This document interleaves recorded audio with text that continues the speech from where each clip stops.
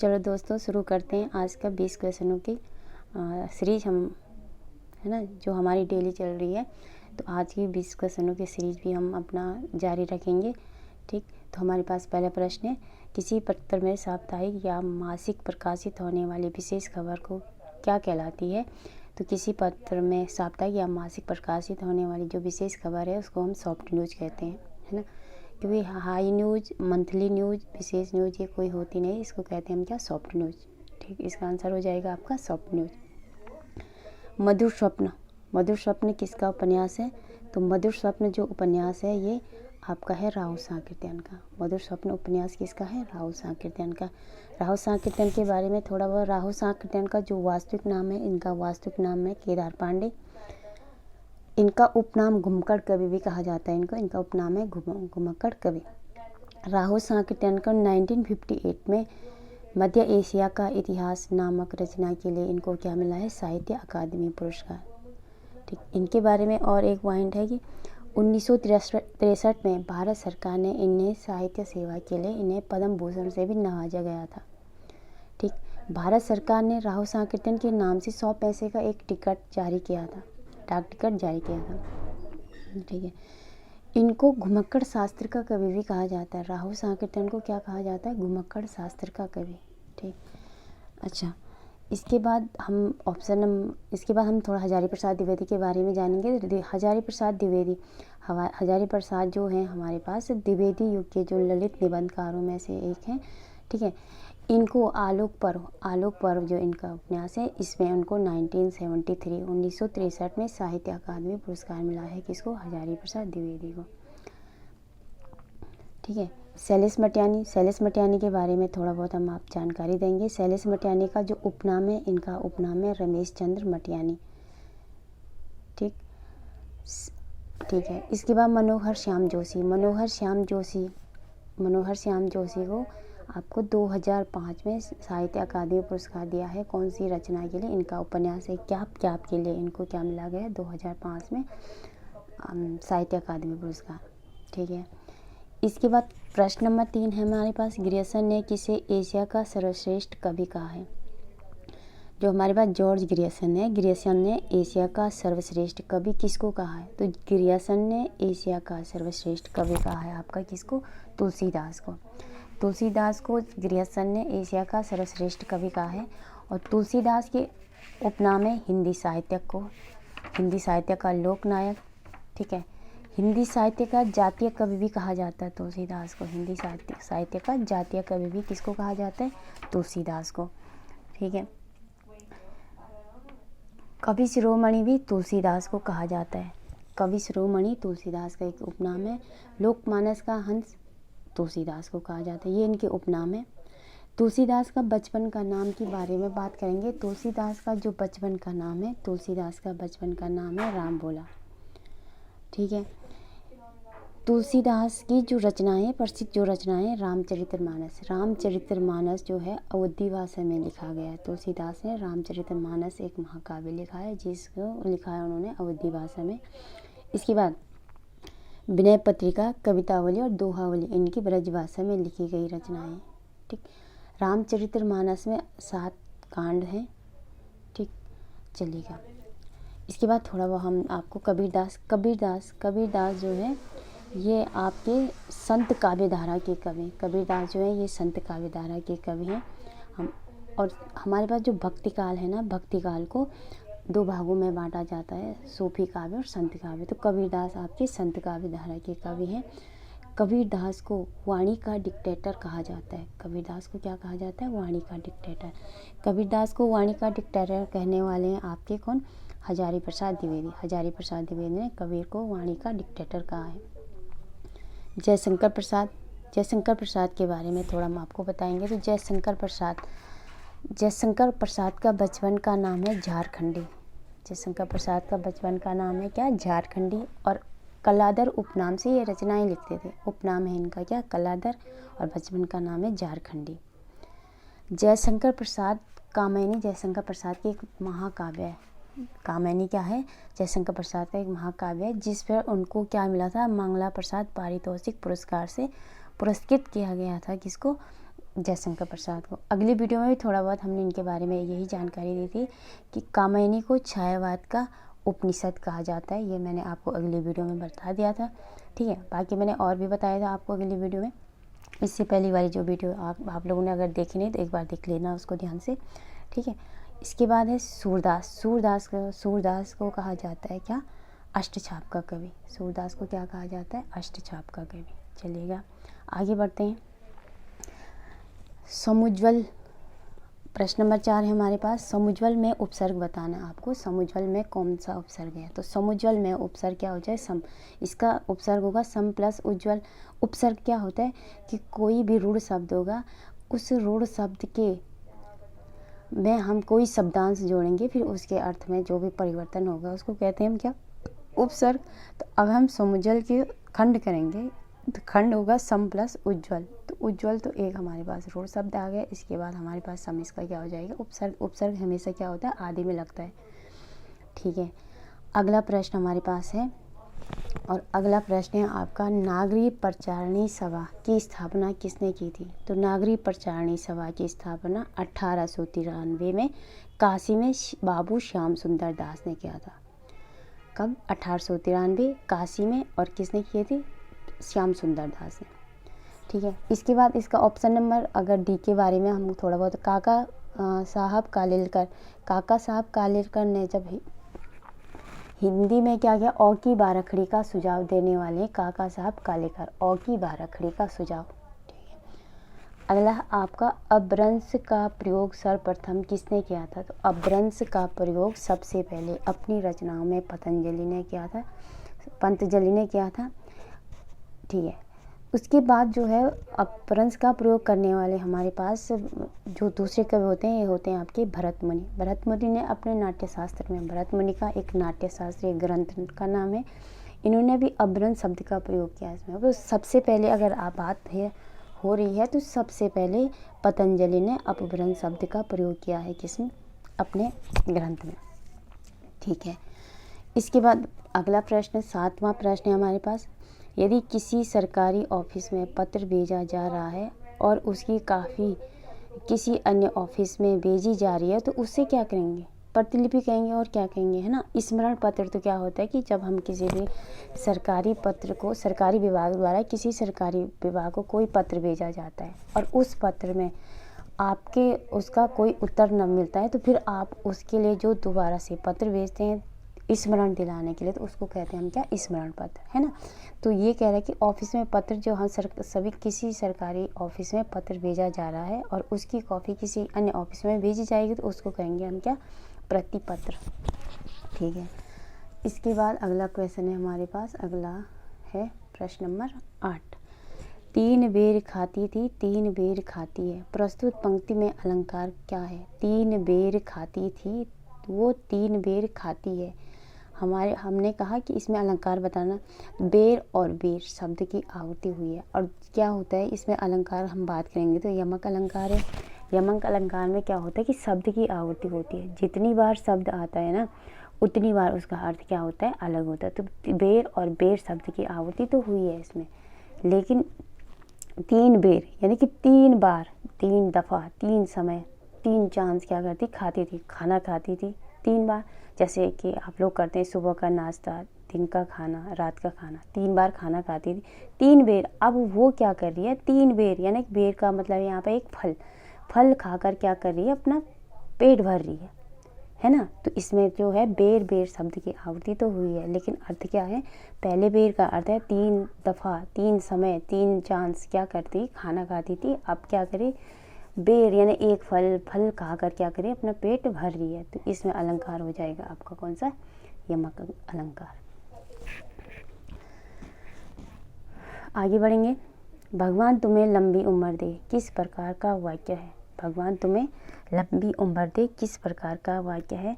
तो इसमें आपका वाक्य हो जाएगा क्या? इच्छार्थक वाक्य। इच्छार्थक वाक्य में क्या होता है कि जहाँ पर आप इच्छा, अपनी इच्छा, कामना, प्रार्थना, है ना, आशीर्वाद, उपदेश आदि दिए जाने का बोध होता है, वहाँ पर होता है आपका क्या? इच्छावाचक वाक्य। है ना। जिस वाक्य में आप क्या कर रहे होंगे, किसी के लिए कामना कर रहे होंगे, किसी के लिए इच्छा जता रहे होंगे, प्रार्थना कर रहे होंगे, आशीर्वाद दे रहे होंगे, उपदेश दे रहे होंगे, वो हो जाएगा आपका इच्छावाचक। यहाँ पे ये कह रहा है कि भगवान तुम्हें लंबी उम्र दे। तो हम यहाँ पर क्या कर रहे हैं, अपनी कामना कर रहे हैं किसी के लिए कि तुम्हें क्या हो, लंबी उम्र हो दे भगवान। ठीक है। प्रश्नवाचक वाक्य में क्या होता है, जहाँ पर हम किसी के बारे में कुछ पूछते हैं, कुछ जानना चाहते हैं, वहाँ पर क्या हो जाएगा आपका प्रश्नवाचक वाक्य। ठीक है। जैसे हमने आपको कहा कि आप कहाँ रहते हैं, यानी कि हम आपके बारे में जानना चाह रहे हैं आप कहाँ रहते हैं, तो क्या हो जाएगा आपका प्रश्नवाचक वाक्य। ठीक है। संकेतवाचक वाक्य, संकेतवाचक वाक्य में क्या होगा कि जिन वाक्यों में, है ना, किसी क्रिया का होना दूसरी क्रिया पर निर्भर होने का बोध होगा, यानी एक क्रिया दूसरी क्रिया पर निर्भर होने का बोध करती है, वो कहलाएगा आपका संकेतार्थक वाक्य, है ना, संकेतवाचक वाक्य। ठीक है। जैसे हमने कहा यदि वर्षा होगी तो फसल अच्छी होगी, यदि वर्षा होगी तो फसल अच्छी होगी, तो ये क्या हो जाएगा आपका संकेतार्थक वाक्य, यानी कि संकेतवाचक वाक्य। संकेतवाचक वाक्य में क्या होगा, एक क्रिया दूसरी क्रिया पर निर्भर होती है। तो यदि वर्षा होगी तो फसल अच्छी होगी। ठीक है। फसल होने की क्रिया किस क्रिया पर निर्भर हो रही है, वर्षा होने की। और जब एक क्रिया दूसरी क्रिया पर निर्भर होगी तब होता है आपका वहाँ पर क्या, संकेतवाचक वाक्य। विस्मयबोधक वाक्य, विस्मयादिबोधक वाक्य क्या होता है कि जहाँ पर हम क्या करते हैं, जिन ऐसे वाक्य जिनसे हर्ष, शोक, घृणा, भय, लज्जा, गलानी आदि मनोभाव व्यक्त होते हैं, वो वाक्य हो जाते हैं आपके क्या, विस्मयबोधक वाक्य। दूसरी बात, विस्मयबोधक वाक्य क्या होंगे कि विस्मयबोधक वाक्यों में क्या होगा, हमेशा विस्मयादिबोधक शब्द होगा। वो भी विस्मयादिबोधक शब्द हमेशा क्या होगा, वाक्य के प्रारंभ में आएगा। विस्मयादिबोधक जो शब्द है वो क्या आएगा, वाक्य के प्रारंभ में आएगा, और उस शब्द के अंत में क्या होगा, विस्मयादिबोधक चिन्ह लगा होगा। ठीक है। और जो विस्मयादिबोधक शब्द होगा वो थोड़ी सी अलग से ध्वनि के साथ हम उसका उच्चारित करते हैं। जैसे मैंने कहा अच्छा, ऐसा हो सकता है।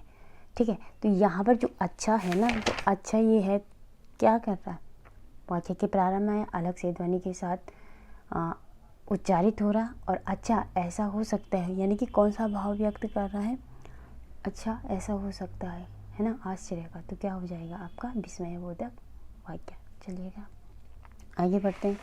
यानी कि हमारे पास जो वाक्य होते हैं ना, ये वाक्य हैं आपके अर्थ के आधार पर। तो अर्थ के आधार पर वाक्य आपके 8 प्रकार के होते हैं, है ना। चलिएगा आगे बढ़ते हैं।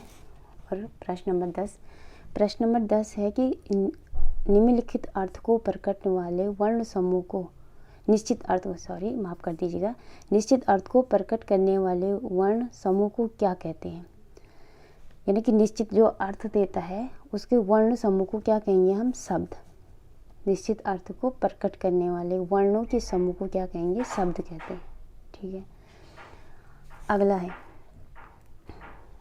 अगला छिति का विलोम होगा। छिति का विलोम बताना है आपका। तो छिति का विलोम आप तभी यहाँ पर आप कर पाओगे जब आपको छिति का अर्थ आता है। छिति का मतलब होता है क्या, धरती। छिति का मतलब होता है क्या, पृथ्वी। छिति का अब इसका विलोम क्या होगा, छिति का विलोम होगा क्या, आकाश, है ना। अगर हम धरती का बोलेंगे तो आकाश होगा, लेकिन छिति का बताना तो मही, इति, मही और धरा, मही और धरा, ये तो दोनों शब्द किसके हैं, ये तो पृथ्वी के पर्यायवाची शब्द हैं, धरा और मही, है ना। तो यहाँ पर हमने इसके विलोम बताना है, उल्टा बताना है। ठीक है। इति तो होता है क्या, अर्थ। इति का विलोम अर्थ होता है। छिति का विलोम होता है क्या आपका क्या, फलक। छिति का विलोम क्या हो जाएगा, फलक। ठीक है। अब हम आगे बढ़ते हैं और प्रश्न नंबर 12 की ओर चलते हैं। और प्रश्न नंबर 12 है हमारे पास, प्रयत्न के आधार पर लौ किस प्रकार का वर्ण है। लौ ध्वनि कौन सा वर्ण है प्रयत्न के आधार पर। तो प्रयत्न के आधार पर जो हमारे पास लौ है, ये है आपका क्या, पार्श्विक व्यंजन। कौन सा व्यंजन है, पार्श्विक व्यंजन। उच्छिप्त व्यंजन क्या होता है, ढ ढ, ये क्या उच्छिप्त या इन दोनों को कहते हैं हम क्या, द्विगुण व्यंजन। प्रकंपित व्यंजन होता है आपका, इसको हम प्रकंपित या लुंठित व्यंजन कहें, र। संघर्षहीन व्यंजन, संघर्षहीन यानी जिन व्यंजनों में संघर्ष नहीं होता वो व्यंजन। तो हमारे पास संघर्षी व्यंजन, तो संघर्षी व्यंजन अगर बात करेगा तो संघर्षी व्यंजन होते हैं सौ, श और ह, ठीक है। और संघर्षहीन है कि जिनमें संघर्ष नहीं होगा वो संघर्षहीन व्यंजन हो जाएंगे। संघर्षहीन व्यंजन हमारे पास यानी कि संघर्षी व्यंजन स, श हो जाएगा। अगला है प्रश्न नंबर 13। राजा का पर्यायवाची शब्द है। राजा का पर्यायवाची शब्द, थोड़ा सा प्रश्न में थोड़ा सा मिस्टेक है। राजा का पर्यायवाची शब्द नहीं है, होना चाहिए था यहाँ पे। तो यहाँ पे है राजा का पर्यायवाची शब्द अगर नहीं है वाली बात आएगी तो इसका पर्यायवाची शब्द धनीधर नहीं है। धनीधर तो अर्जुन का पर्यायवाची शब्द होता है। भूपाल, भूपति, भूस्वामी ये सब राजा के पर्यायवाची शब्द है, ठीक है। संकर शब्द का चयन करना है आपको। क्या करना है? संकर शब्द बताना है कि इसमें संकर शब्द क्या होगा। तो संकर शब्द आपका है, पहला ऑप्शन है आतिशबाजी, सौदागर, नारिकेल और चुगलखोर। तो चुगलखोर हो जाएगा आपका यहाँ पे संकर शब्द। बाकी आतिशबाजी फारसी भाषा का शब्द है, सौदागर फारसी भाषा का शब्द है, नारिकेल ये संस्कृत भाषा का शब्द है। चलो आगे बढ़ते हैं। जग्गो प्रेमचंद्र के किस उपन्यास की महिला है? जग्गो जो है प्रेमचंद्र के किस उपन्यास की महिला है? तो जग्गो जो है प्रेमचंद्र की गबन की महिला है। गबन जो हमारे पास एक उपन्यास है जो प्रेमचंद्र ने 1932 में लिखा था। और ये जो उपन्यास है इसकी जो मुख्य पात्र है वो तो ज्वाल्पा है, लेकिन जग्गो भी इस उपन्यास में एक महिला पात्र है, ठीक है। ठीक, अगला है हमारे पास सेवा सदन। सेवा सदन 1918 में लिखा गया है प्रेमचंद्र का। गोदान जो है 1936 में लिखा गया है। कृषक जीवन की समस्या पर लिखा गया है क्या? सेवा सदन, गोदान। और गोदान के जो पात्र हैं, गोदान के पात्रों की अगर बात करेंगे तो गोदान के पात्र हैं आपके होरी और धनिया। निर्मला जो है ये प्रेमचंद्र का 1927 में लिखा हुआ उपन्यास है निर्मला, है ना, जिसमें प्रेमचंद्र ने दहेज प्रथा एवं अनमेल विवाह पर लिखा गया है। निर्मला जो है दहेज प्रथा एवं अनमेल विवाह पर लिखा गया है, ठीक है। गबन जो है स्त्रियों के आभूषण के प्रति जो प्रेम होता है ना, उससे जो दुष्परिणाम निकलते हैं उस पर लिखा गया उपन्यास है, ठीक है। आगे बढ़ते हैं। कल जो महिला, अगला प्रश्न है हमारे पास। कल जो महिला आई थी उसने मिठाई बांटी रचना के आधार पर कौन सा वाक्य है?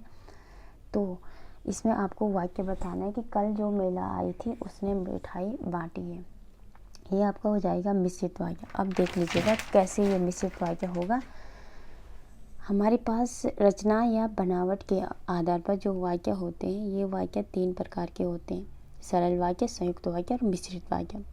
सरल वाक्य की बात करेंगे तो सरल वाक्य सबसे पहले देख लीजिए। सरल वाक्य में एक या एक से ज़्यादा उद्देश्य हो सकते हैं, लेकिन विधेय क्या होगा? एक ही होगा, वो हो जाएगा आपका सरल वाक्य। जैसे मैंने कहा राम, लक्ष्मण और सीता अयोध्यावासी थे, है ना। तो इस वाक्य में क्या है? एक से ज़्यादा उद्देश्य हैं, लेकिन विधेय क्या है? एक ही है। तो ये वाक्य हो जाएगा आपका क्या? सरल वाक्य। संयुक्त वाक्य में क्या होता है कि 2 समान स्त्रीय उपवाक्य होते हैं, है ना। 2 समान स्त्रीय उपवाक्य का मतलब है कि दोनों जो उपवाक्य होंगे वो उपवाक्य अर्थ की दृष्टि से पूर्ण होंगे, यानी स्वतंत्र होंगे, अपना अपना अर्थ दे रहे होंगे, ठीक है। जैसे मैंने कहा वर्षा हो रही थी इसलिए मैं नहीं आई।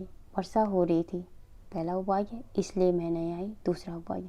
तो ये दोनों उपवाक्य अपना अपना अर्थ दे रहे हैं, तो ऐसे वाक्य को हम कहते हैं क्या? संयुक्त वाक्य, है ना। और मिश्रित वाक्य में क्या होता है कि 2 उपवाक्य, 2 या 2 से ज़्यादा उपवाक्य तो होंगे, लेकिन अपना अर्थ नहीं देंगे। अर्थ की दृष्टि से ये पूर्ण नहीं होंगे, स्वतंत्र नहीं होंगे, बल्कि अर्थ के लिए एक दूसरे पर आश्रित होंगे। मिश्रित वाक्य में हमेशा एक आश्रित उपवाक्य होता है और प्रधान उपवाक्य होता है ना। मिश्रित वाक्य के दोनों उपवाक्यों को व्यधिकरण समुच्चय बोधक शब्द जोड़ता है और संयुक्त वाक्य के दोनों उपवाक्यों को समानाधिकरण समुच्चय बोधक शब्द जोड़ता है। तो ये कह रहा है कि कल जो महिला आई थी उसने मिठाई बांटी, तो ये वाक्य हो जाएगा आपका कौन सा वाक्य? मिश्रित वाक्य, ठीक है। निम्न में से तत्सम शब्द का चयन करें। तो तत्सम शब्द आपको इसमें बताना है कि तत्सम शब्द क्या होगा। तो इसका आंसर तो आपके सामने सबसे पहले मैं आंसर बता लेती हूँ। इसका आंसर है कास। कास क्या है आपका? तत्सम शब्द। कास का तद्भव होता है खांसी। कास का तद्भव क्या होगा? खांसी। ठीक है। कैंची, कैंची तो तुर्की भाषा का शब्द भी है और कैंची का जो तत्सम होता है करतरी होता, करतरी होता है, करतरी। कैंची का तत्सम क्या होगा? करतरी। ठीक है। किवाड़, किवाड़ एक क्या है? तद्भव शब्द है और इसका तत्सम हो जाएगा कपाट। गेंद भी तद्भव है, इसका तत्सम हो जाए कंदूक, है ना। ठीक है। चलो, मैथिली का विकास किस अभ्रंश से, यानी कि मैथिली जो भाषा है उसका विकास किस अभ्रंश से हुआ है? तो मैथिली जो हमारे पास भाषा है इसका विकास होता है किससे? मागधी अभ्रंश से, है ना। मागधी अभ्रंश यानी कि जो मैथिली जो मैथिली बोली है ना, ये है आपकी किस? बिहारी हिंदी, है ना। और बिहारी हिंदी का विकास होता है मागधी अभ्रंश से। और बिहारी हिंदी की बोली है मगही, मैथिली और भोजपुरी। मगही, मैथिली और भोजपुरी, यानी कि मैथिली का जो विकास होता है ये तो बिहारी हिंदी की बोली है, लेकिन इसका विकास अगर अभ्रंश की बात करेंगे तो मागधी अभ्रंश से होगा। अर्धमागधी अभ्रंश से पूर्वी हिंदी का विकास। और पूर्वी हिंदी की बोलियां आपके सामने हैं कौन कौन से? पूर्वी हिंदी की बोलियां हैं आपकी अवधी, बघेली और छत्तीसगढ़ी। अवधी, बघेली और छत्तीसगढ़ी पूर्वी हिंदी। सौरसैनी, सौरसैनी अभ्रंश से पश्चिमी हिंदी का विकास होता है। सौरसैनी अभ्रंश से राजस्थानी हिंदी का विकास होता है। तो सौरसैनी अभ्रंश से पश्चिमी हिंदी का विकास होता है। पश्चिमी हिंदी की बोलियां हैं आपकी खड़ी बोली, ब्रजभाषा, बुंदेली, हरियाणवी और कन्नौजी। ठीक है। खड़ी बोली को हम कौरवी हिंदी भी कहते हैं। खड़ी बोली को क्या कहते हैं? कौरवी हिंदी। और हरियाणवी को भांगरू कहते हैं। ठीक है। अच्छा, राजस्थानी हिंदी की बात करेंगे। राजस्थानी हिंदी का विकास भी सौरसैनी अभ्रंश से होता है। तो राजस्थानी हिंदी की जो बोलियां हैं मेवाती, मारवाड़ी, जयपुरी और मालवी। और मराठी जो भाषा है ना, मराठी भाषा, तो मराठी भाषा का जो विकास होता है महाराष्ट्री अभ्रंश से होता है। चलो आगे बढ़ते हैं। और आगे हमारे पास 19वां क्वेश्चन है, विपात्र नामक उपन्यास किसका है? तो विपात्र नामक उपन्यास है गजानन माधव मुक्तिबोध का। गजानन माधव मुक्तिबोध को का उपनाम है आत्मसंघर्ष का कवि भी कहा जाता है। इसको आत्मसंघर्ष का कवि इनको कहा जाता है। मनोहर श्याम जोशी 2005 में क्या मिला है? साहित्य अकादमी पुरस्कार। प्रेमचंद उपन्यास सम्राट कहा जाता है। ठीक है। प्रेमचंद्र का बचपन का नाम, यानी प्रेमचंद्र का मूल नाम, तो प्रेमचंद्र का मूल नाम है धनपत राय। प्रेमचंद्र जो है उर्दू में जो है नवाब रॉय के नाम से रचनाएं लिखते थे। प्रेमचंद्र का मूल नाम धनपत राय, उर्दू में नवाब रॉय के नाम से रचनाएं लिखते थे। और हिंदी में लिखा इन्होंने प्रेमचंद्र के नाम से। लेकिन अगर बात करते हैं कि इनको प्रेमचंद्र नाम किसने दिया, तो इनको प्रेमचंद्र नाम दिया है दयानारायण निगम ने। किसने नाम दिया है? दयानारायण निगम ने। ठीक है। सूर्यकांत त्रिपाठी निराला, सूर्यकांत त्रिपाठी निराला छायावाद के 4 सलाहकार पुरुषों में से एक हैं, 4 स्तंभों में से एक हैं छायावाद में। छायावाद के 4 स्तंभ होते हैं जयशंकर प्रसाद, सूर्यकांत त्रिपाठी निराला, सुमित्रा नंदन पंत और महादेवी वर्मा। इनमें से एक हैं छायावाद का जो सूर्यकांत त्रिपाठी निराला का जो उपनाम है छायावाद का सलाहकार पुरुष भी कहा जाता है ना। चलिएगा आगे बढ़ते हैं। पाठकों को लुभाने वाली खबर से परिपूर्ण पत्रकारिता कहलाती है। तो पीठ पत्रकारिता कहलाती है। क्या कहलाती है? पीठ पत्रकारिता। तो चलो दोस्तों, आज के लिए इतना ही काफ़ी है। फिर हम आपको मिलेंगे जल्दी से अगली वीडियो में। और तब तक आप लोग ध्यान दीजिएगा, पढ़ाई करिएगा अपनी। Okay, bye.